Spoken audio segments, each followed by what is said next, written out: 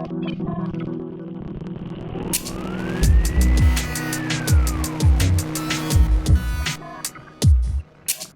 Bryn Barnard.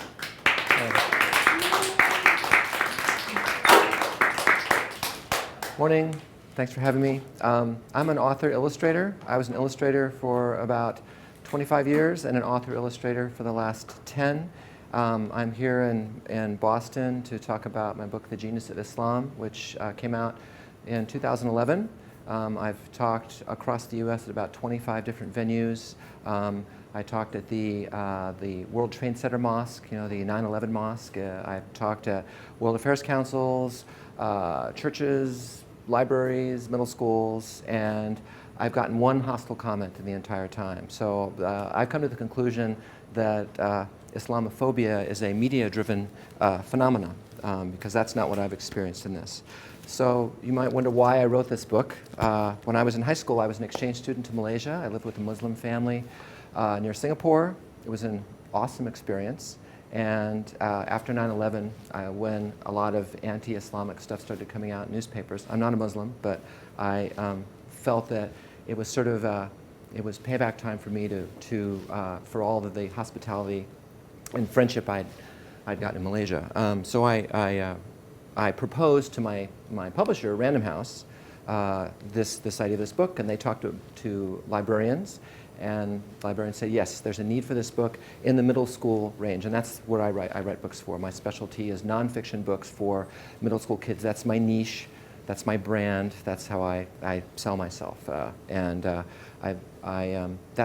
Every author, if you look at the book market, it's very segmented: 2 to 4, 4 to 6, 6 to 8, and this particular area is the oldest you can really go and still have pictures in books. And I'm at base an illustrator, a painter, a drawer. I like doing pictures, and I like incorporating them into books. And so this was as high as I could go, and still have illustrations in my books. I also love to write, and I love nonfiction. I love history, and I try to get my passion for history into these books. And this is a book not about Islam the religion, but about Islamic civilization and its deep historical connections to the West, which pretty much have been forgotten, long acknowledged for centuries up until about the 1500s, and then forgotten. And so I talk about what the connections are in art, philosophy, engineering, medicine, astronomy, architecture, food, and then why we don't know about any of that anymore. Because if you look at a middle school text, and it talks about Islamic civilization, it pretty much says Rome fell, Muslims translated all the knowledge of the Greco-Roman world into Arabic, sat on it for 1,000 years, gave it back to the Europeans after the Renaissance, and then that's pretty much it. You might get a paragraph or a page, but that's more or less the gist. Scholars have known for a long time that none of this is like original research, this is secondary research, that the connections are much deeper and broader than that. And so that's what this book tries to do. And it uses the National Geographic format. I worked for National Geographic and NASA during my years as a freelancer, where you have compelling images, fascinating captions, and succinct text. So you go from pictures to captions to text, and lots of air, so that you can read this book in probably 45 minutes, or half an hour if you're a fast reader. And then and at the back I have a pretty thorough bibliography with websites and everything in here I painted. All the maps I did in Photoshop and Illustrator.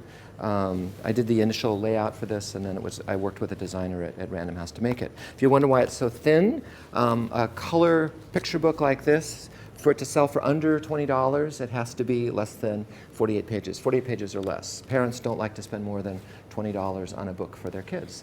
So you go over that price and the sales plummet.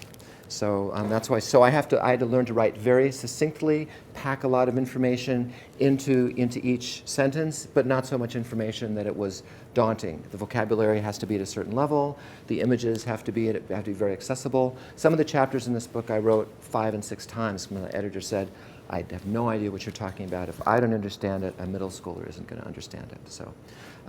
So that's the story of this book. Sales have been brisk. It's been translated into Arabic.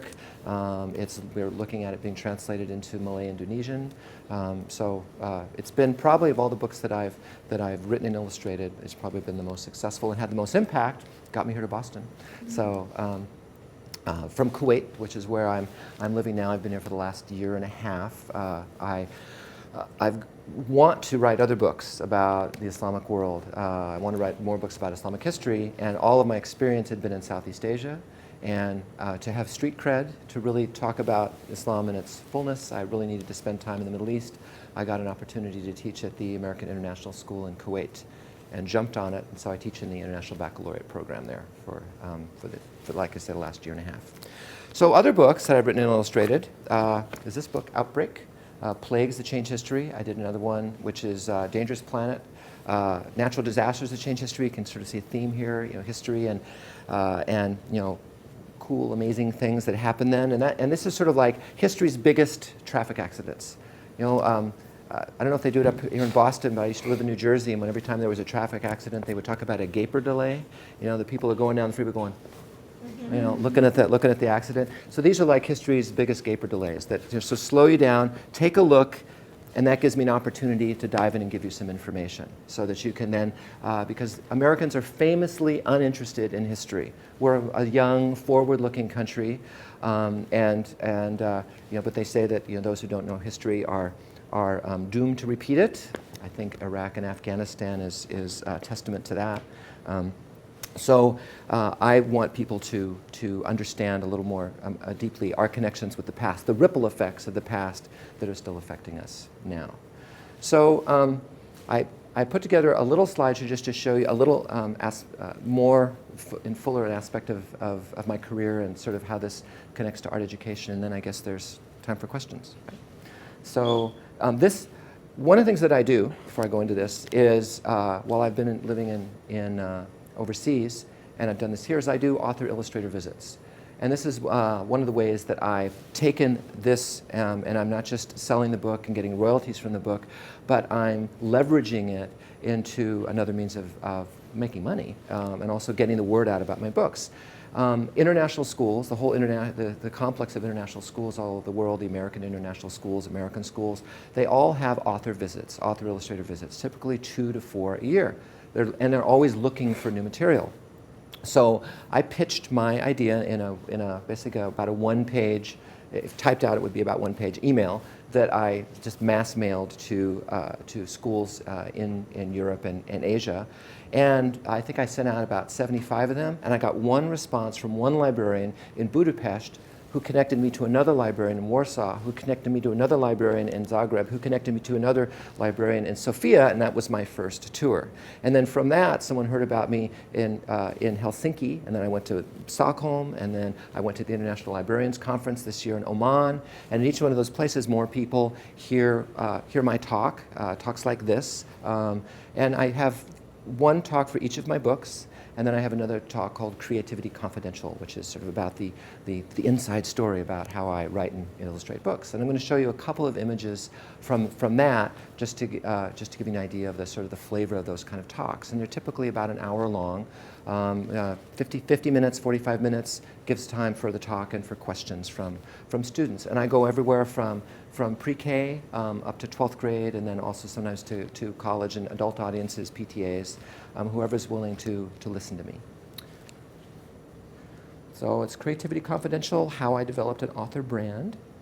And I start with this image. I actually sent this to Nadim yesterday, and this is a typical art school pitch. To get students who are in high school to be interested in going to art school, and it sort of uses the whole, your kids on drugs kind of thing, but substituting art for drugs. The one on the bottom right says, "I learned art from you, Mom." Yeah. It was a clever pitch that was a lot of art schools used. When I was in art school, there was a graphic novel that came out called Art School Confidential. I don't know if any of you have ever seen it. It was made into a movie, and this was my favorite panel from this. "Rare is the pragmatist among art school professors. Only very occasionally do you come across someone who is willing to level with students about their bleak prospects. Only one student out of 100 will find work in his chosen field. The rest of you are essentially wasting your time learning useless hobbies." And then they're all saying, "I'll be that one."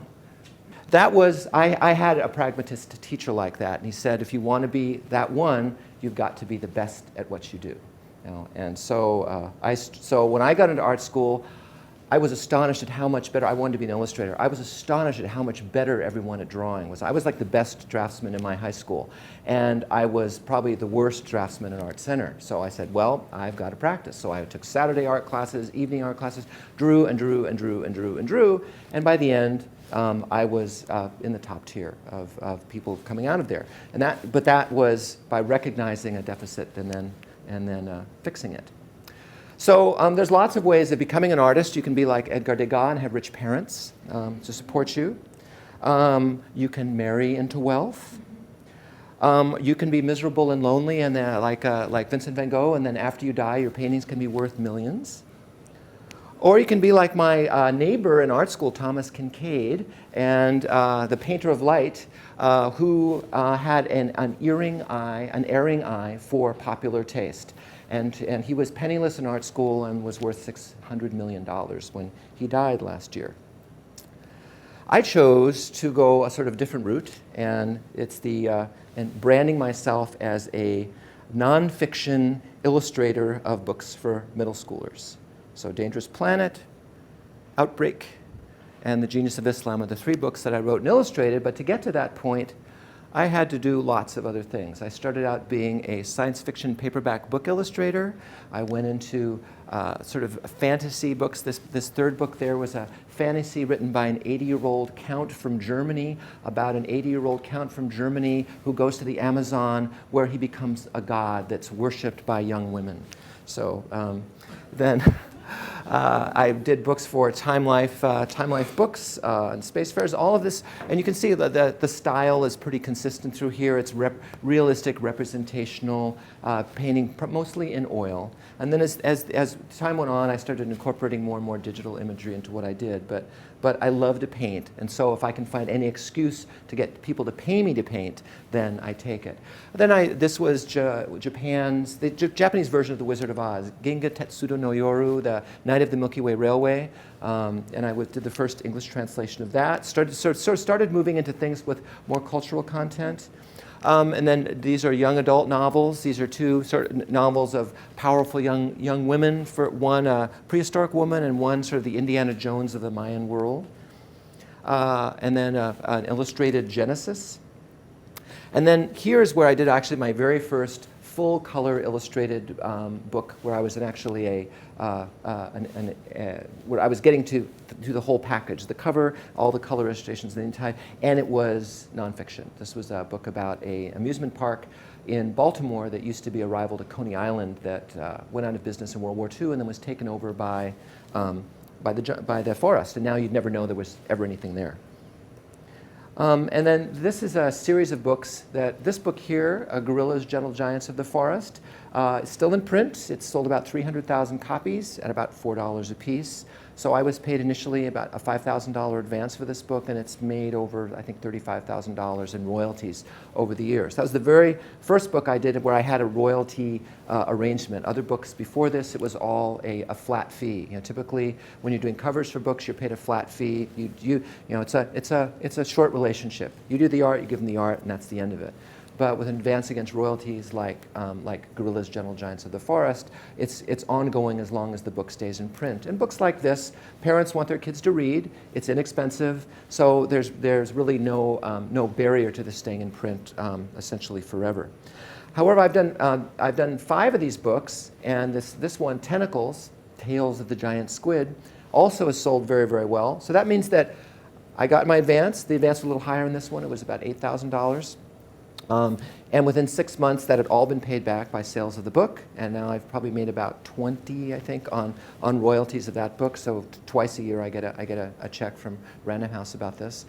But there's several other books. I did one on ostriches. I did one on chameleons. I did another one on the Lascaux Caves. And they haven't done nearly as well. In fact, some of them, maybe my great-grandchildren might see royalties on them, because it's a mystery. It's a mystery to me, and I think it's a mystery to the people I work with at Random House. Which one of these books?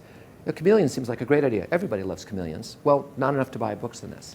And who would know that giant squid are as popular as gorillas in the parent book buying world? Sold, this is also done very well. This is a book for another publisher, Charles Bridge, and this is a story about a boy who goes to an auction and loses about 100 years of his allowance by putting his hand up at the wrong time. Dinosaurs, this is a picture book, and this book is an interesting phenomenon. If you've ever been to a bookstore and seen the Ology series of books that's put out by Candlewick Press, Egyptology, Fairyology, Dragonology, they sell for $20. They sell for just a little bit more than this book, but they are packed with pop-ups and pull-outs and all sorts of gewgaws and doodads. Kids love these books. And parents love them too because they're inexpensive. They would not exist except that they're assembled in China for 16 cents an hour. You know, they're the books depend on very inexpensive labor. And they also depend on being produced in gigantic amounts before they ever make a profit. So this was a book put out by Intervisual, which at one time was the biggest pop-up book publisher on earth. And then with the advent of video games, they went bankrupt. They were bought by a publisher in southern US, Anderson Publishing. And this was an attempt to reboot them. And Dinosaurs was an attempt to be a competitor to the Ology series. It was one of several books that they came out with. It sold for under $20, very lavish, you know, with a cover that's textural, and it has an eye of the dinosaur that comes out of the book. And it was 75 paintings that I did. It was a gorgeous book. They printed 50,000 copies. It was only after those 50,000 they would start making a profit, and we sold 49,500 copies. So with all of that and all the effort into it, it did not make the kind of profit. So it was not reprinted, although it's still in print in Portuguese, if any of you read Portuguese. And finally, this is a phenomenon that's with changes in publishing. Publishing is going through radical restructuring with the advent of ebooks, with the advent of the changes, the ability of people not to have to go to publishers, but to be able to actually print their own books through organizations like CreateSpace, which is an arm of Amazon. This does on-demand book publishing, where you can create your own book, upload it to Amazon, and then they sell books one by one. So if you want to buy a book, they print one. If you want to buy a book, they print 2 and 3 and 4. As opposed to this book, where 10,000 were printed, and they sit in a warehouse until they're bought. So this is offset printed, which is the traditional way of doing books. And you have to print lots of them before you start making money. There's a lot of initial setup costs, setting up the presses, setting up the inks, all that kind of stuff. And so to make 10,000 of these costs almost as much as it does to make 20,000 of these. But in the case of on-demand books, there are no setup costs because you're just printing the books one at a time. That's really changing. That's changing publishing. And of course, now with the Kindle and the Nook and the other kinds of e-readers, that's really changing reading. Amazon now sells more books as Kindle books than it does of actual printed books. Their profits are coming more from that area. I have a Kindle. I read it. It's great for traveling. So, you know, even though I want you all to buy these kind of books, I like reading those kind of books. And if you go to an airport today, just look around. Everybody has a Kindle or an iPad or something that they're doing their reading on. So, publishers are struggling to figure out a way that they don't end up like the music industry. Interestingly, with the music industry, I recently in Kuwait, in my classroom, one of my students came in and they said, "Sir," because they call you sir and miss there, "Sir, I found your book on Pirate Bay." You know, it's like, and they said, I told them that I was an author and illustrator, and they go, yeah, author, illustrator. But once I was on Pirate Bay, I was legit. So I contacted Random House, and that meant, you know, this means the book's being downloaded and I'm not getting a penny. And I think there were 60 books had been downloaded in a day, you know, from various places around the world from Pirate Bay. So or the Pirate Bay. So I contacted Random House, and they sent a takedown letter to Pirate Bay, and now the book is no longer on there. So I'm not legit anymore. But people are, when they get my book, I actually make some money on it. And that's a challenge. I have a friend of my daughter's about your age, and he goes to Evergreen College, and he has a Kindle. And the first time I'd seen a Kindle, and I said, "What do you got on there, Steph?" And he says, "Oh, I've got all my textbooks here." And I said, "How much do they cost?" "Cost? I didn't pay for them."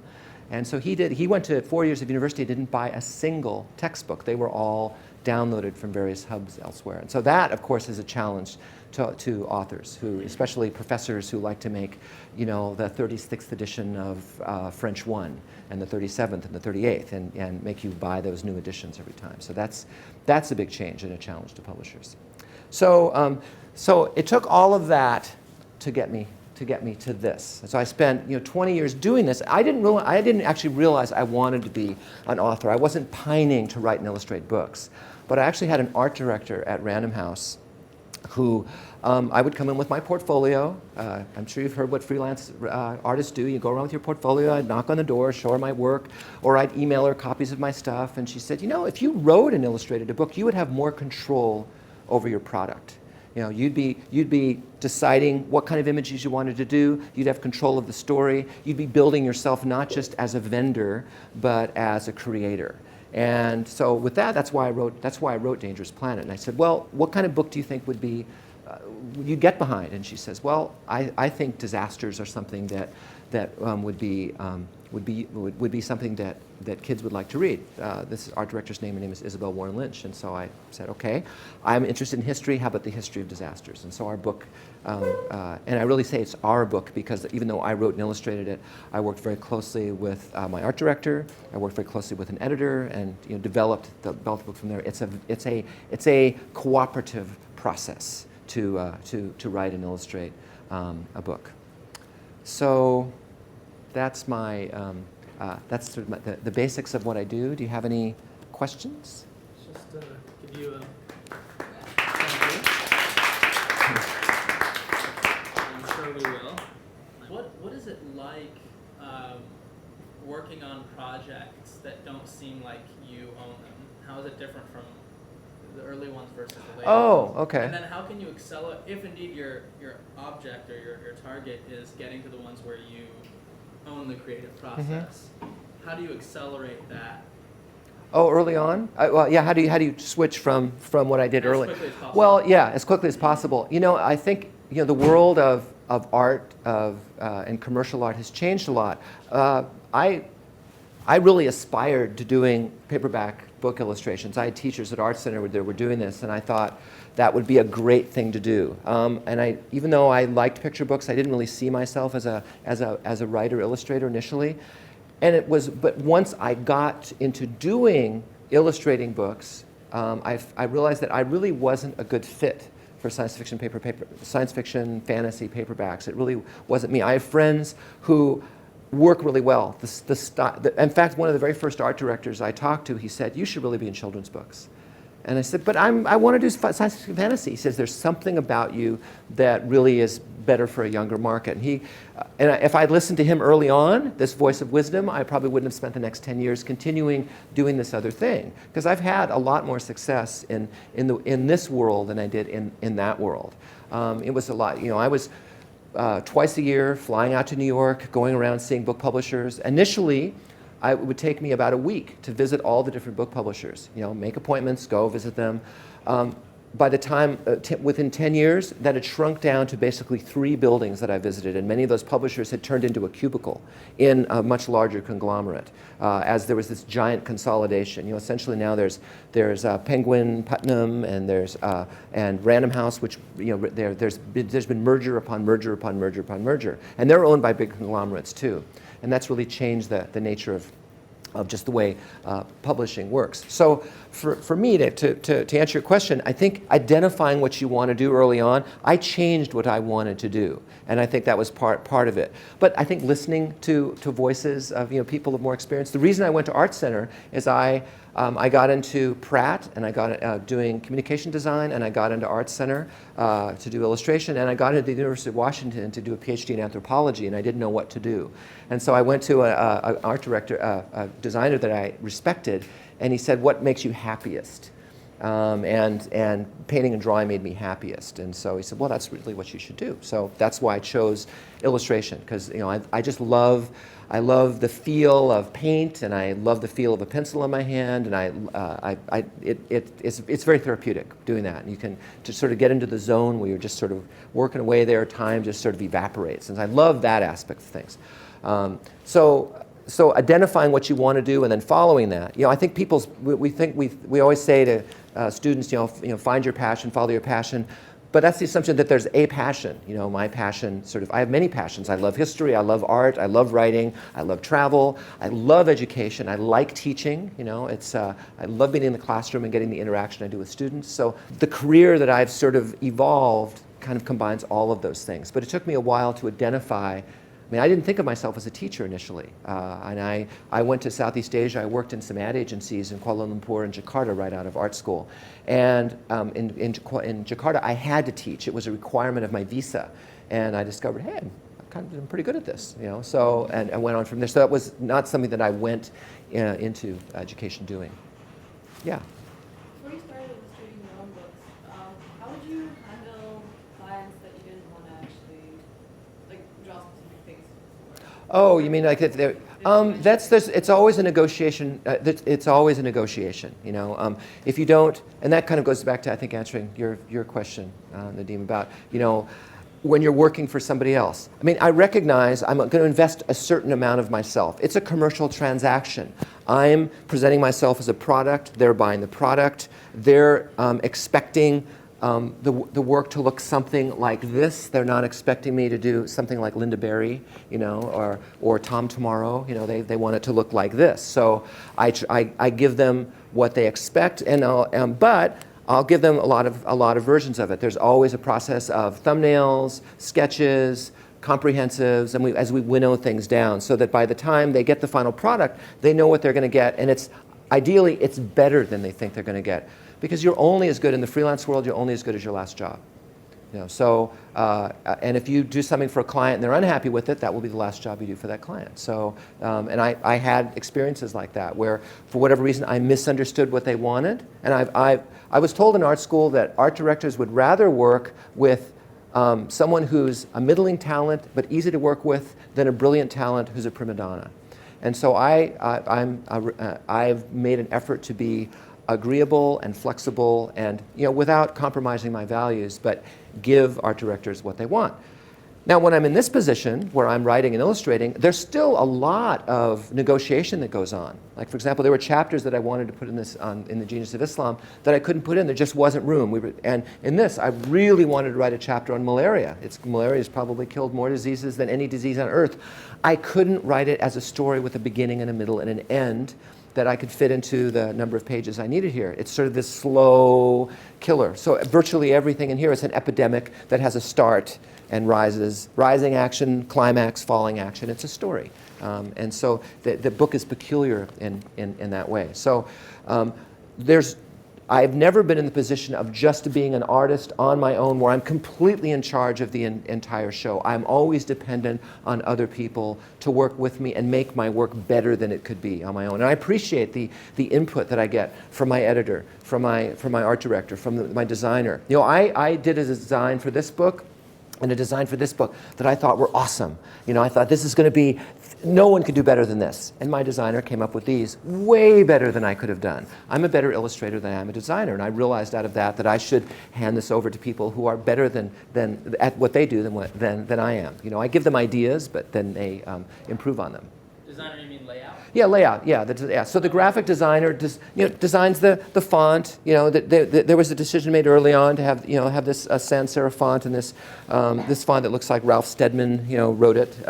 And so several of the books, as you see here, they have this kind of similar look. That was decided early on so that they would sort of fit together. Although you notice this is smaller. One of the reasons it's smaller is it costs less to produce a book that's much smaller. This is a little bit oversized, and it costs just putting that much more on adds to the cost of doing the books. And every penny is looked at in the production of books like this. So, and then the other unsung people I work with are copy editors. And the difference, if you wonder, what's the difference between self-publishing your book and going to someone like CreateSpace at Amazon or Lightning Source, which is Ingram's on-demand arm, and having a publisher do it? Well, at Random House, there's an army of copy editors that go over my type. It's a cliche, but with a fine-tooth comb, they really do go over it. And I think the text is perfect, and they check every date to make sure that it's right. They check my commas, they check my punctuation, they check every fact that I have in there, and I get my manuscript back full of typed on pages with comments, and they get very enthusiastic. What about this? Add this. What about that? Why couldn't you put that in there? But they also point out that I've made errors along the way, and then I fix things, and I send it back, and then I get it back again, and there's more, and it goes through again and again and again. I typically, this is what's called a BLAD, which means bound layout and design, and this is what's used to sell a book to book chains and to bookstores and to book buyers. And so before the book actually comes out, you get this very small version, which just kind of gives you a taste of the book. And so, and this is not all that different from what the actual the galleys look like. The galleys are, that's the book before it actually goes into print. They look like this, and they're covered with blue pencil, green pencil, red pencil from all the different copy editors that have gone through again and again and again. And not until there's no pencil marks does this ever go into press. And even with all that, this book has a mistake in it. There's an error in it that no one caught, and I only found, oh no, after it comes out. So we had to fix that. So would you suggest a student, like if you have a small art book that you want to do for children, would you suggest shopping publishing houses or trying something like Amazon at first? What do you suggest for a first step? I think it's good. I think now with the ability of CreateSpace and Lightning Source to get your work out there in front of them, lots of publishers are looking at people that are self-publishing. I think her name is Amanda Peak, I think it is, who sold. She tried to go the traditional publishing route and didn't work for her. So she went to bookstores and looked at what was selling, and she says, I could write a vampire book. And so she wrote a vampire book and self-published it. And it was done as an ebook, and in the first week there was 1 hit, and then 2 and 3 and 5 and 10 and 20 and 100 and 1,000 and 10,000 and 100,000. She sold 1 million copies of this book at $1 a piece, and now it's been picked up. I think it's by HarperCollins. I'm not sure. Now it's been picked up by a traditional publisher. Now, not everybody can do that. Not everybody can be J.K. Rowling. Not everybody can be like the Wachowski brothers. I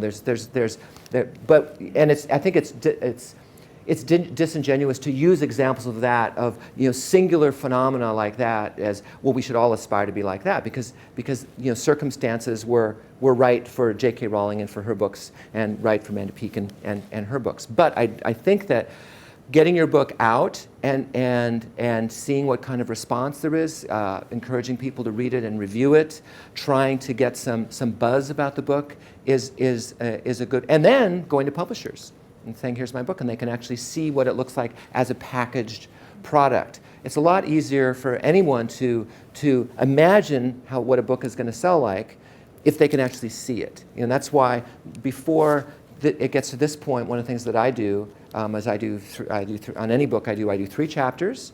I do a painting of what the cover is going to look like, and then I do something called a dummy, which is basically a layout of the book where I put, this is where I think text is going to go, and I'll do quick sketches of this is where I think the images are going to go.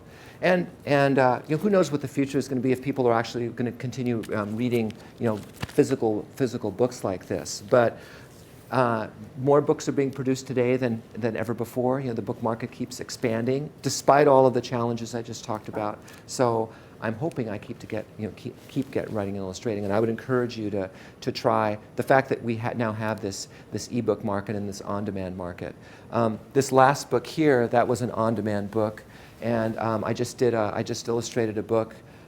It's actually a story called The Princess and the Butterfly, which is an ebook for Kindle that doesn't even exist as an actual physical book. It's just an ebook, and I think it sells for like $2.99, and that's selling at a good clip too. So, yeah. Do you still paint as a hobby? I sure do. Yeah. I carry a sketchbook with me wherever I go, and especially when I travel. That's how when I'm waiting for planes or sitting around waiting for to meet someone. I just like to draw what I see. I have a studio set up wherever I live. I always have a studio, and I paint there. I like to paint. It's representational. Even if I'm doing fantasy stuff, it tends to be representational. But yeah, I paint for fun.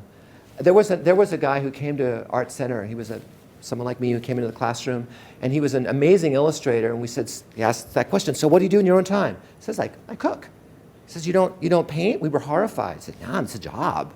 I don't. And we were like, oh, he's lost the passion. And so yeah, I live and breathe art.